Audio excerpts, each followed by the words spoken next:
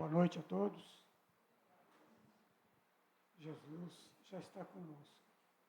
Após a mensagem de harmonização e essa melodia tão bela que nos invadiu a alma, nós estamos aptos a iniciar a atividade doutrinária dessa noite, quando exatamente vamos ouvir pelo irmão Diego Altenrath, um trabalhador da Casa Espírita, que tem feito já várias exposições para todos nós e que é um dos facilitadores do estudo sistematizado da doutrina espírita nesta casa. Hoje, nessa noite, vai nos falar a respeito de Jesus e a política. Nós rogamos nesse instante ao Mestre amado o amparo, a iluminação para todos nós que aqui nos encontramos. E que o nosso amigo que vai direcionar essa exposição dessa noite seja muito bem intuído pelos benfeitores da seara de Jesus e que possa nos trazer as orientações e os elementos necessários para que nós assim possamos seguir as nossas vidas com um conhecimento maior, com mais tranquilidade e com muita paz no coração. Convido você, Diego, para trazer a sua palavra com respeito ao assunto da noite de hoje. Que Jesus te abençoe.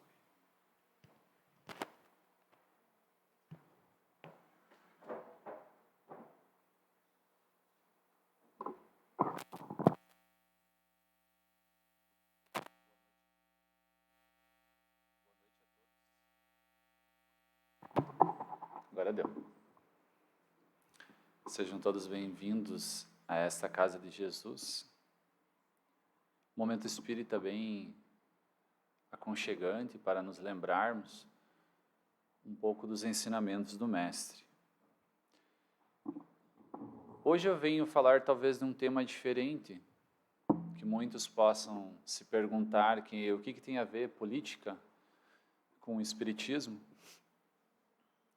Fazia tempo que eu gostaria de falar sobre esse tema, mas com o nosso presidente a gente resolveu ter um pouco de cautela e aguardar até os ânimos se esfriarem, porque quando a gente fala a palavra política nos remete somente a questões políticas partidárias. Mas o significado da palavra política ela é muito mais ampla e remete ao nosso convívio do nosso dia a dia. Dentro da doutrina, existe uma recomendação para não utilizarmos o palanque, ou a casa, ou os nossos cargos, momentâneos, claro, para fazer política, ou fazer campanha. Porque não convém, não fica bonito, digamos assim. E não é essa a intenção, nem tampouco fazer campanha, nem tampouco querer influenciar qualquer tipo de conduta. Nós temos na doutrina Dr. Bezerra de Menezes, que é o guia espiritual dessa casa, que atuou na política. Eu não sei se é de conhecimento de todos, mas ele foi, se eu não me engano, deputado. E também foi espírita, diretor de casa espírita, né, um dos maiores da doutrina no nosso país, e também atuou como médico. Então, nada nos impede, futuramente, atuar na política, sendo espírita, mas nós não podemos fazer o contrário, de trazer a política, a campanha aqui para dentro. Mas o tema convém muito para o momento, porque eu não sei vocês, mas eu vejo que há um racha, né? Em todos os ambientes onde nós vamos, há sempre questões que nos fazem, às vezes, brigarmos entre familiares, amigos, nas instituições, essa não fica aquém, todos. Isso faz parte hoje de uma questão mundial, se a gente for analisar. E é por isso que eu quero falar sobre esse tema.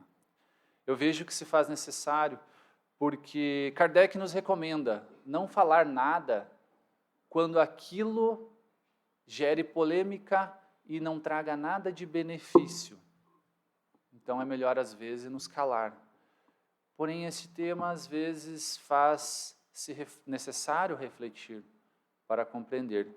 E poderia ter colocado o espiritismo e política. Ficaria com o mesmo significado, porque o espiritismo é o evangelho do Cristo redivivo. Os ambos têm o mesmo significado. Mas eu utilizei a palavra Jesus porque eu quero ver o que a gente poderia pensar, qual seria o olhar de Jesus para o momento atual nosso no Brasil, principalmente. Como ele olharia este momento. E essa é a intenção, é sobre isso que eu quero conversar. Primeiramente, quem é Jesus? Nós temos várias e várias interpretações em outras doutrinas e outras religiões, mas no Espiritismo nós temos talvez um conceito um pouquinho diferente de Jesus. Questão 625 do Livro dos Espíritos. Qual é o tipo mais perfeito que Deus ofereceu ao homem para lhe servir de guia e modelo? Essa é a pergunta que Kardec faz aos espíritos em 1857. E os espíritos respondem a resposta mais curta das 1000 e tantas questões que foram feitas. Jesus. Então, na doutrina, nós reconhecemos Jesus não como um filho especial de Deus, um enviado fora da matéria, um enviado mágico, digamos assim. Nós vemos Jesus como um espírito que alcançou a perfeição relativa, um espírito que esteve entre nós, mas que é como nós, porém muito mais evoluído. Um espírito que foi denominado por Deus há 4,5 bilhões de anos para fazer a criação do nosso planeta e governá-lo. E é isso que ele o faz até hoje. Então, quando nós falamos de Jesus, nós falamos do governador, guia e modelo para todos nós. Mas façamos uma análise, porque na época que eu citei agora, 4,5 bilhões de anos, Jesus já era perfeito relativamente, já tinha alcançado a perfeição, porque para ser Cristo, para ser governador de um planeta, se faz necessário ser perfeito. Então nós podemos fazer cálculos somente para análise, e nós temos a doutrina que nos diz que Jesus tem aproximadamente 8 bilhões de anos. Vocês sabem quantos zeros tem isso? 9. 9 zeros. O que isso importa? Nós vemos que nós, seres humanos que estamos aqui como espíritos, todos nós imortais, habitamos o planeta Terra aproximadamente como humanos 400 mil anos. Nós que estamos aqui. O que nos faz um cálculo muito breve de que Jesus é 20 mil vezes maior do que o ser humano mais inteligente e potencial que possa existir hoje. Vocês conseguem imaginar o tamanho de Jesus, a potência e o que foi ele estar conosco há 2000 anos atrás? O planejamento espiritual para a vinda de Jesus durou 800 anos. Nós não temos noção do que significou ter alguém do tamanho do Cristo entre nós. Jesus alcançou a perfeição para fazer isso. Eu gosto de citar um exemplo que eu mesmo inventei só para ilustrar.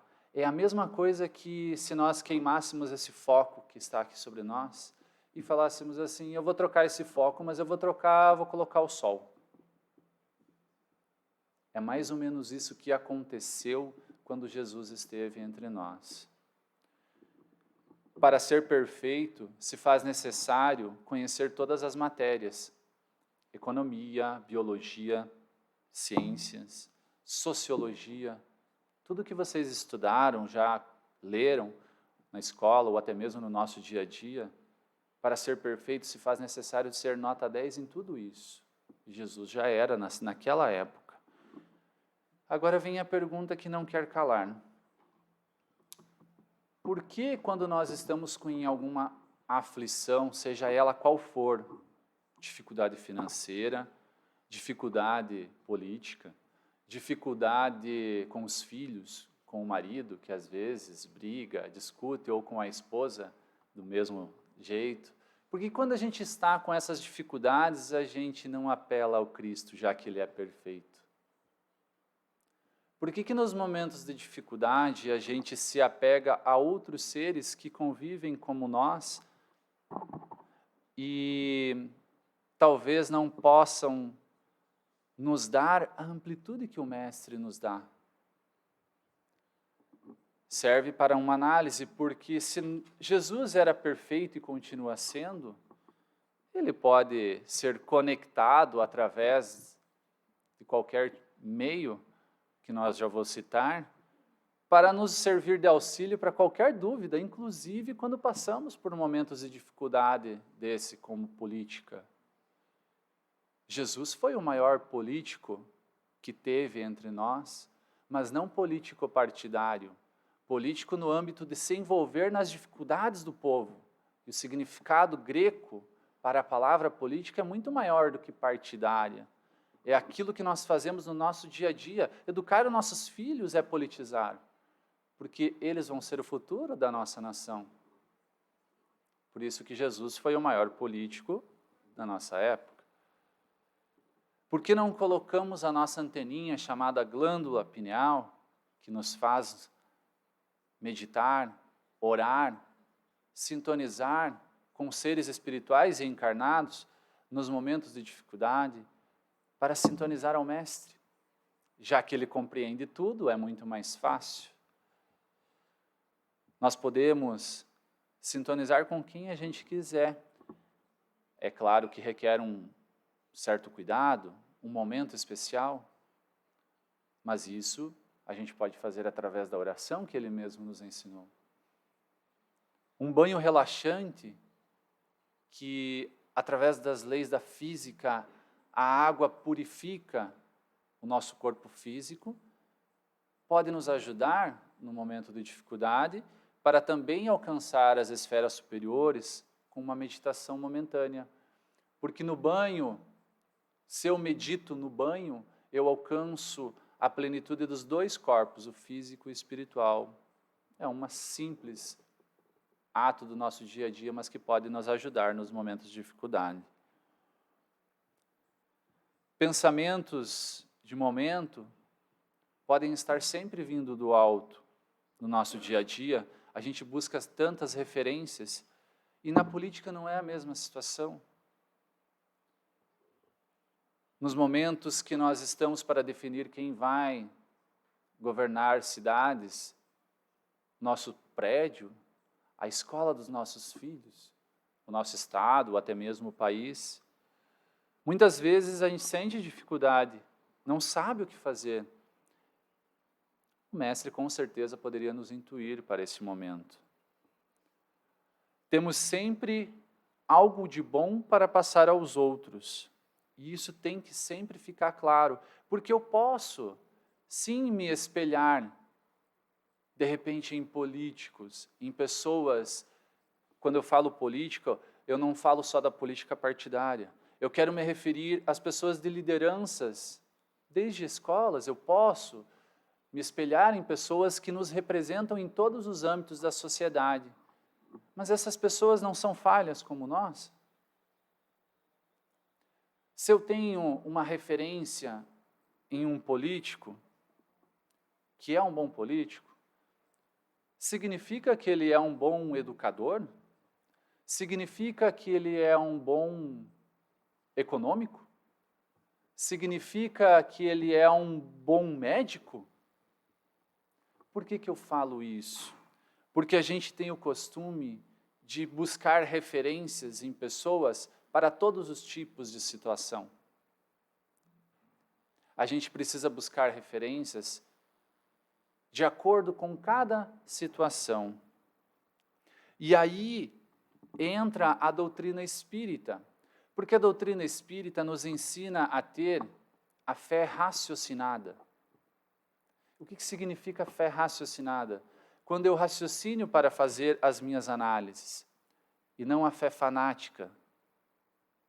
Quando eu crio referências de pessoas que não são 100% evoluídas, seja em qualquer âmbito da nossa sociedade, eu tenho que ter um raciocínio com relação a essa parte. Eu não posso endeusar as pessoas, porque são todas falhas como nós. Só que é interessante, porque cada um de nós tem algo de bom e algo de ruim. Então eu posso sim ter referências nas pessoas encarnadas que estão ao nosso lado.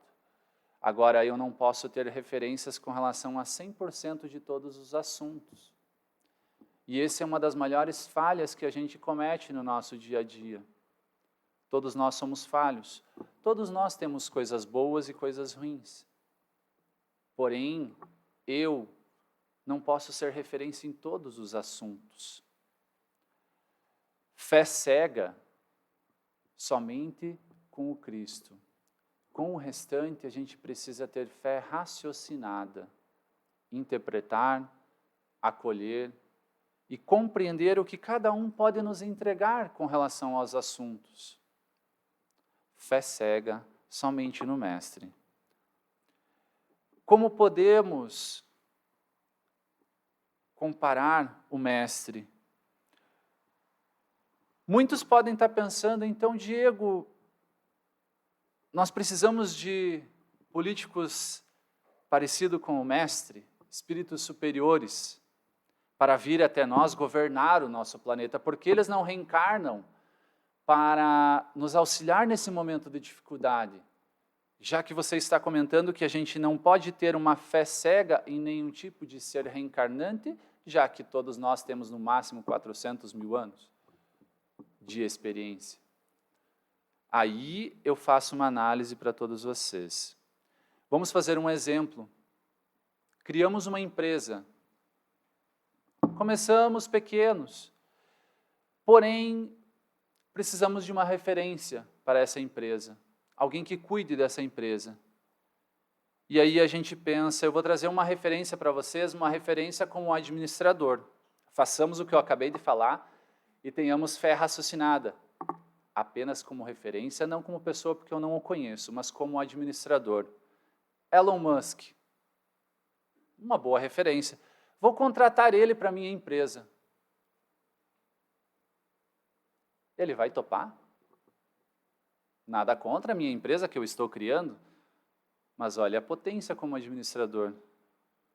Elon Musk precisa trabalhar para mim? Elon Musk vai topar trabalhar na minha empresa, independente do que eu ofertar? O que eu quero dizer com isso? Nós seremos sempre governados pelos nossos semelhantes. Nós seremos sempre governados por espíritos que estiverem próximos da nossa evolução.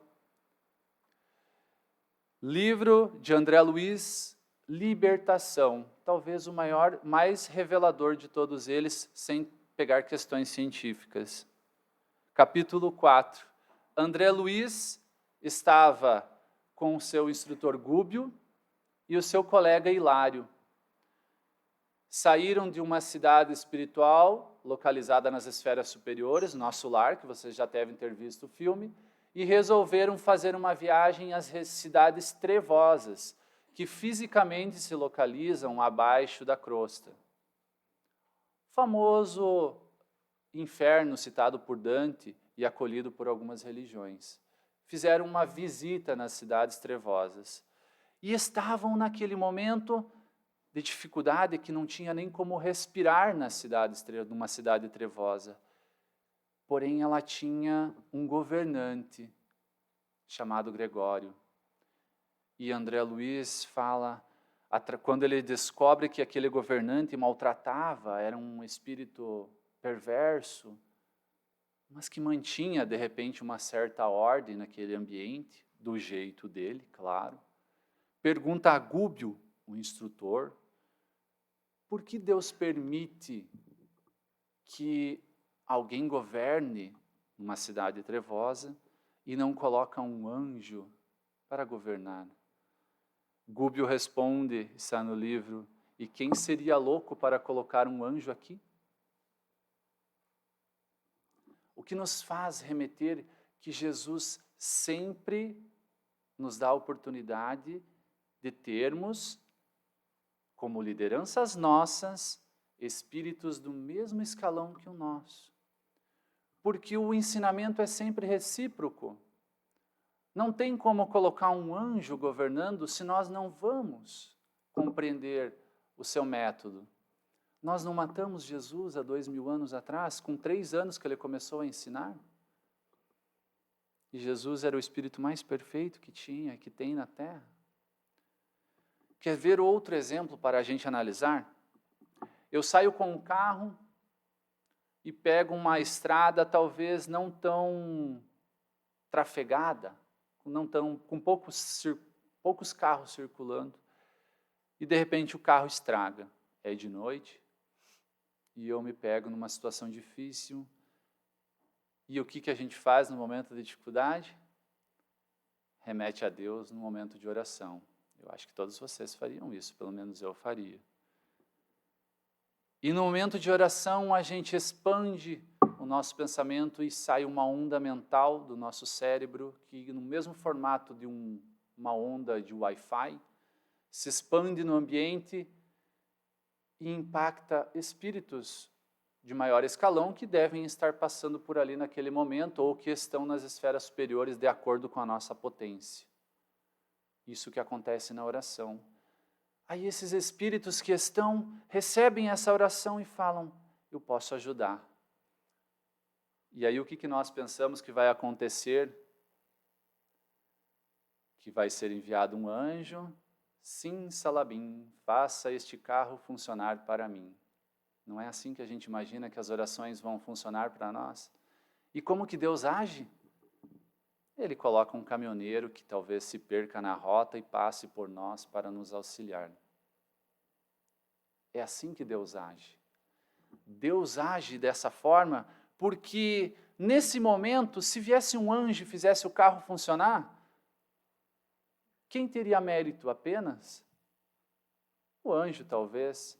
Mas se ele coloca alguém para auxiliar alguém, no momento da caridade, nós expandimos uma energia tão positiva que iluminamos todos ao nosso redor. Então, quem faz a caridade é quem mais recebe.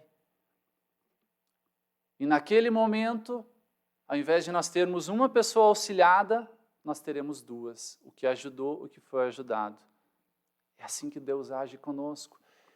Por que eu estou fazendo essa reflexão?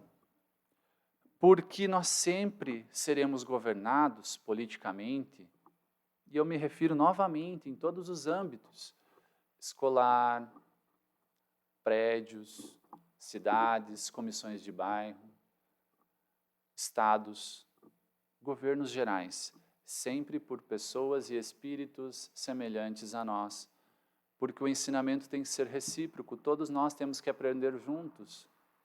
Não adianta vir um anjo governar até nós.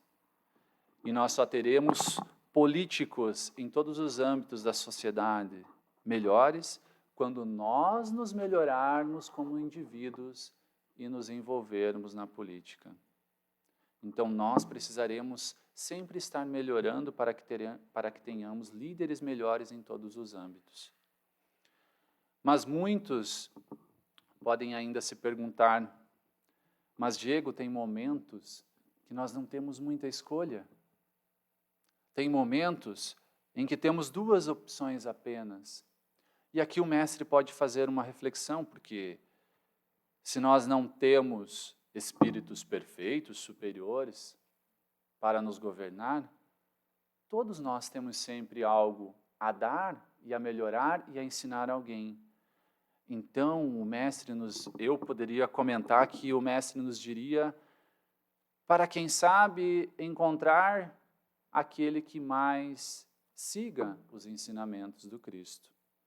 Nas dificuldades, seja elas onde for, façamos esse exame de consciência. Passando para mais uma parte, Jesus é de direita ou é de esquerda? Muitos devem se perguntar sobre isso quando nos falamos de política. Vocês perceberam que nós estamos o tempo todo tentando dividir as pessoas? Bom ou mal? Magro ou alto? Baixo ou gordo? Opa, alto ou baixo, magro ou gordo. Foi erro de digitação. Hétero ou homo? Preto ou branco? Vocês percebem que nós estamos sempre tentando dividir a sociedade? Todos os lados têm algo a oferecer. Por exemplo, é bom ser alto? É bacana. Vocês acham que é fácil andar de ônibus? É bom ser magro? Eu tenho dificuldade em algumas coisas. No frio eu me aperto. Todos nós temos algo de bom a entregar. Todas as situações, todos os lados. De acordo com o assunto, a gente vai ver que tem algumas definições que são melhores que as outras, é claro. Mas a gente tem que parar de ser 8 ou 80. Nós precisamos compreender que a natureza foi criada e ela busca sempre o equilíbrio. Cada um de nós que estamos aqui temos algo a entregar de bom para a sociedade. O que aconteceu com essa questão de todos nós tentarmos sempre nos separar, e se vocês fizerem uma análise no dia a dia de vocês, a sociedade está assim, isso é fruto dos dois piores pilares que nós, nesta civilização ariana, misturada com os capelinos, os dois pilares que mais nós se equivocamos e ainda perduram conosco, são frutos do orgulho nosso e da nossa vaidade. Através desses equívocos, nós erramos por vários caminhos que o Mestre tentou nos ensinar lá atrás. Não fizemos, a partir do ano 300, exatamente o que Jesus nos ensinou e nos perdemos durante o caminho. E praticamente tudo aquilo que João anunciou no Apocalipse, nós já executamos. Muitos de nós, como lemos profecias, achamos que as profecias são para se cumprir, e muito pelo contrário. Elas vêm como um aviso, igual quando o pai fala para o filho, não anda por ali que você vai cair. Caiu. Mas se a gente analisar e fizer um estudo como o Haroldo faz do Apocalipse, a gente já executou praticamente todos os equívocos que estão lá. Só que a gente tem sempre uma nova oportunidade. É óbvio que vai ter denominações, quando a gente faz divisões, que são talvez um pouco melhores ou piores, intelectualmente ou moralmente falando. Mas quem somos nós para julgar o nosso colega? E eu me coloco no meio? É um equívoco que nós fazemos sempre. Quando nós nos deparamos com o oposto. Eu acho isso. O outro acha aquilo. Não, mas eu sei o correto, eu já estudei para isso. Beleza, então eu sou certo. Aí eu difamo o errado, no meu ponto de vista? Jesus nos não ensinou isso. Porque quando a gente julga o nosso próximo, a gente sempre tenta se colocar no lugar de Deus. Nos conceitos intelectuais ou morais, nós temos muito a aprender ainda nessa senda da evolução. Como eu falei, Jesus é 20.000 vezes mais experiente que nós. Jesus, que era quem era, não julgou e nos ensinou o contrário. E nós, através desses julgamentos de certo ou errado, que ainda não compreendemos corretamente, estamos desfazendo amizades, famílias, instituições. Será que é esse o caminho? Será que nós não precisamos nos conciliar e compreender os ensinamentos do Mestre Pedro, embainha a tua espada. Isso não significa que nós devemos ser omissos quando nós compreendemos algo que nós achamos certo. Se nós temos um avançado conhecimento intelectual, defendamos aquilo, mas não devemos agredir o contrário. Se defender não necessariamente precisa para agredir. Eu indaguei no começo, Jesus é de direita ou é de esquerda? Será que dá para colocar? Querem tentar? Vamos fazer uma análise breve. Quando a gente fala de nomes, eles trazem um conceito, um pilar. Se eu falar a palavra direita ou esquerda, sem corresponder às pessoas, e aqui eu não estou falando de pessoas, partidos, eu estou falando se você buscar no Google lá, dentro de direita a gente vê pena de morte como uma defesa, nos pilares. Na esquerda, talvez a gente veja a legitimidade do aborto, defendida por algumas instituições. Qual é a diferença de pena de morte e aborto? Se nós que somos espíritas sabemos que ninguém morre, como diz o Haroldo, por que eu vou desejar a morte da pessoa se daí ela vai atravessar todas as paredes? Né? Estamos apenas fazendo uma análise. Dentro de direita nós temos a defesa do capitalismo, na esquerda nós temos o socialismo. Ambos têm suas particularidades, seus equívocos. Se não for o capitalismo, em partes que ainda se faz necessário em alguns ambientes, nós não consumimos. Se nós não consumirmos, nós não trabalhamos. A lei do trabalho é uma das leis de Deus, que nos faz evoluir e nos faz sair da inércia. Então, ele tem uma particularidade boa. Na raiz do socialismo também tem algumas particularidades corretas, não como é levado em alguns países onde existem pessoas dentro das ordens maiores, políticas, que se sobrepõem à população. Mas tem alguns ensinamentos que podem ser considerados como a partilha, e talvez uma semente plantada com a Revolução Russa, que daqui 100, 200 anos nós podemos colher uma árvore mais frutífera, onde todos nós podemos ajudar ao próximo, quem sabe? Percebem que o capitalismo e o socialismo têm a sua importância? Têm a sua parte que pode contribuir?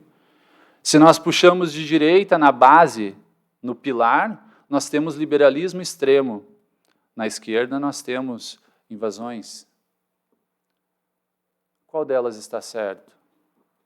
Liberalismo extremo eu vejo como talvez um equívoco, porque se eu libero redes sociais para crianças de 12 anos, elas continuam tendo acesso a informações totalmente equivocadas, têm acesso a jogos de violência, e aí nós vamos continuar tendo professores sendo esfaqueados. Enquanto a gente não tiver uma regulação dos jogos que levam à violência. Se nós não compreendermos e defendermos a invasão de propriedade, nós nunca vamos ter direito. Compreendem como ambos têm as suas particularidades? Nos pilares da direita, nós temos um armamento total como defesa. Na esquerda, o desarmamento total. Ambas têm as suas particularidades. Os extremos não fazem parte de algo correto. A natureza não é extremista, a natureza é equilíbrio.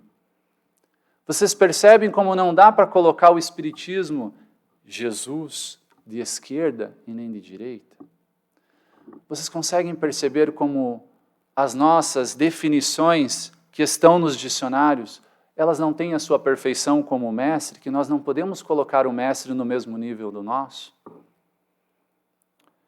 Por tentar colocar às vezes, verdades a goela abaixo em todas as nossas pessoas que estão ao nosso lado, às vezes a gente se perde e às vezes a gente prejudica a nossa evolução, prejudica algo que a gente já tinha conquistado.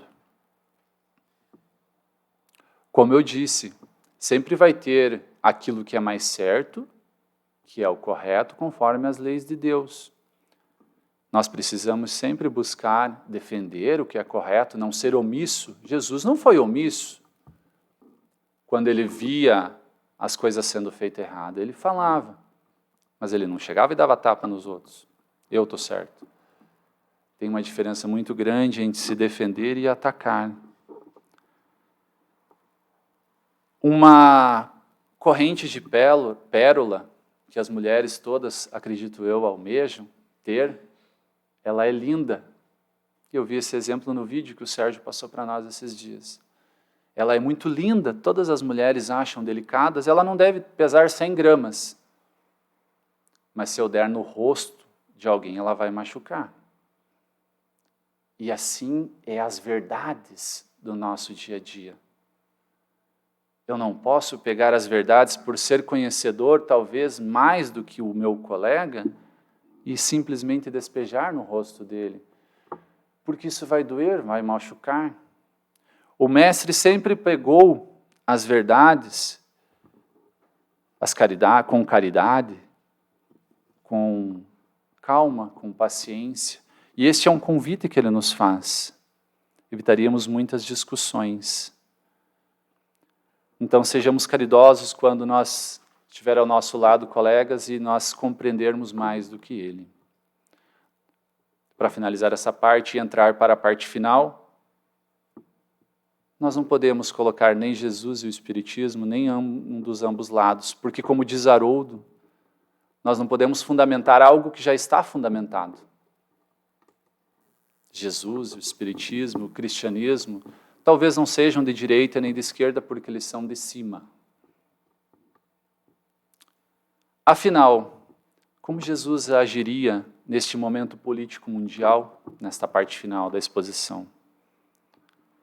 Nós estamos saindo de um mundo de provas e expiações. Todos nós que estudamos a doutrina temos conhecimento disso.